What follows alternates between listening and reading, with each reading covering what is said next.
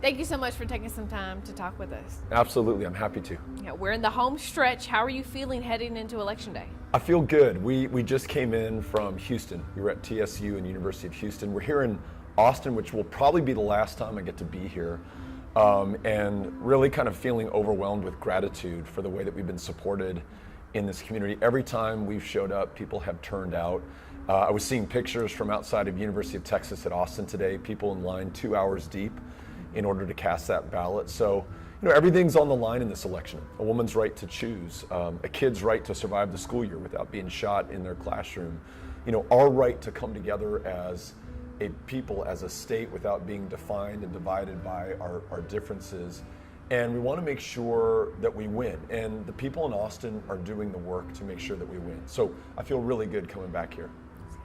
From the polls to the fundraising, this has been a tight race for you, but it cannot be lost on you the fact that a Democrat has not won a statewide election in Texas in almost 30 years. What is it going to take for a Democrat to win a seat here? We've got to bring out the people that we haven't heard from yet, whose votes haven't been counted, whose voices haven't been heard. The very people who are the targets of voter suppression and voter intimidation. If we can bring them out, they're the majority that's out there that would never stand for a total abortion ban without exception for rape or incest, or a grid failure in the middle of the energy capital of the world, or this exodus of teacher talent that we're seeing from our schools right now. But they've been the targets of this effort to disenfranchise our fellow Texans by the millions. So our campaign is all about knocking on their doors, bringing them in, and making sure that they vote. When they vote, we win. And so far, what we're seeing as we look at turnout around the state and the people who are turning out for the first time in their lives is very encouraging. Yeah. The message then you feel resonating with those folks?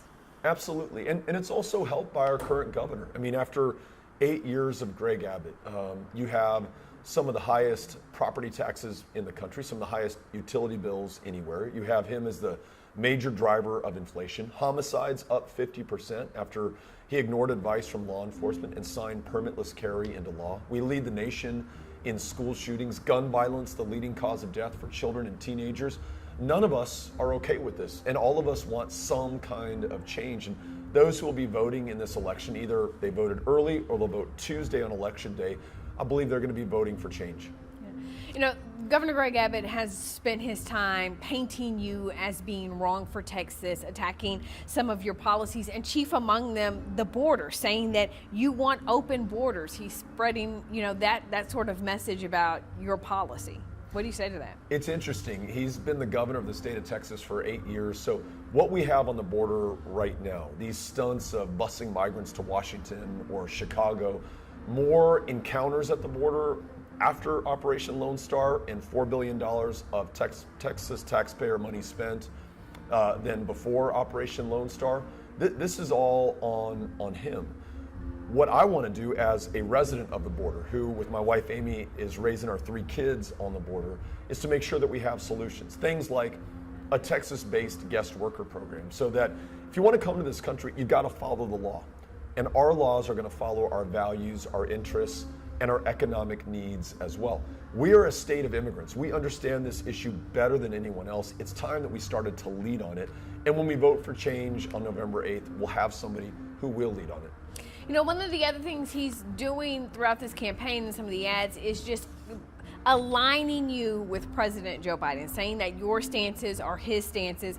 What's your message to Texans who may not be fans of the president? I'm all about Texas. And so whether you voted for Trump or whether you voted for Joe Biden doesn't matter to me. No me importa. What matters most is that you're here right now in this state and we have a chance to work together to make sure that we have the best public schools in America, that we expand Medicaid so you can afford to see a doctor or fill a prescription or take your kiddo to a therapist. We want the best jobs in America created right here in the state of Texas.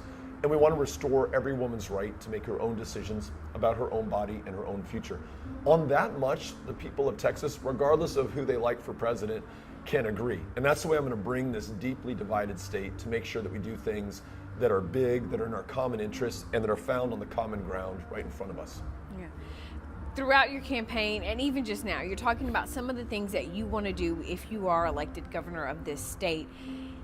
The reality is the way that the maps were drawn in the past legislative session, that past special session, the House and the Senate are both expected to remain red. How are you going to get your agenda passed? How are you going to get those things done if you don't have the House and the Senate? You know, my whole life, I've sought out that ability to find common ground with people who I might not otherwise agree on. As a small business owner in El Paso, or a member of the city council, or a member of the minority in Congress for 6 years, I got a lot of legislation passed only because I was able to find that Republican who could find common ground with me. I even got some of those bills signed by Donald Trump into law. I don't agree with him on much, but on issues of veterans or preserving protected public lands, we can find some common ground there. So I plan to do that with Republicans and Democrats in the legislature.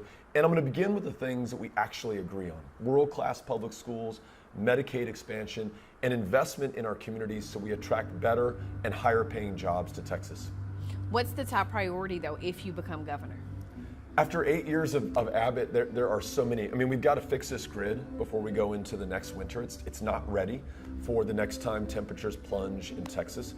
We've got to up teacher pay, or we're going to continue to lose educators by the thousands across the state, as we have been for the last 2 years. We must get Republicans and Democrats around the table to reduce gun violence. We lead the nation in the number of school shootings. Amy and I are raising 3 kids in El Paso. I talk to parents across this state. No one is okay with this status quo.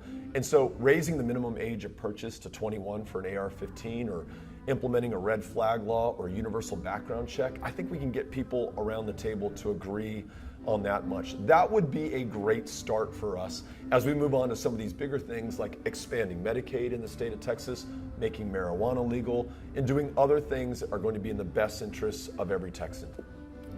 Wednesday morning, when you wake up, what is Beto O'Rourke doing? I'm smiling. I know that over the last year, everybody who's been part of this campaign, all the volunteers out there knocking on doors, the candidate, the team that travels with me, and everyone else have done all that they possibly could to bring home this victory for Texas. And we'll be able to celebrate something absolutely historic. It's been 32 years. It's the last time a Democrat was elected to this office. It happens to have been one of the best of all time, Ann Richards. And we're going to get back to her idea of letting the people in, making sure this government truly represents and reflects the people that it is supposed to serve. That's why I'm running. That's why I'll be so excited when we win. And it's why I'm so grateful for the people of this community and across the state for supporting us in this campaign. You know, I have to ask you, if the election goes the other way. There really is no alternative right now. Given the challenges that we face, what our kids are counting on us to do right now, we have got to win. And with 4 big days left to us until this thing is decided, that's all I'm focused on. Yeah. Right. Getting those people out to vote, though. Democrats have not traditionally been big in terms of voting on statewide elections. You know, I was just at one of our great historically black colleges in Houston at TSU.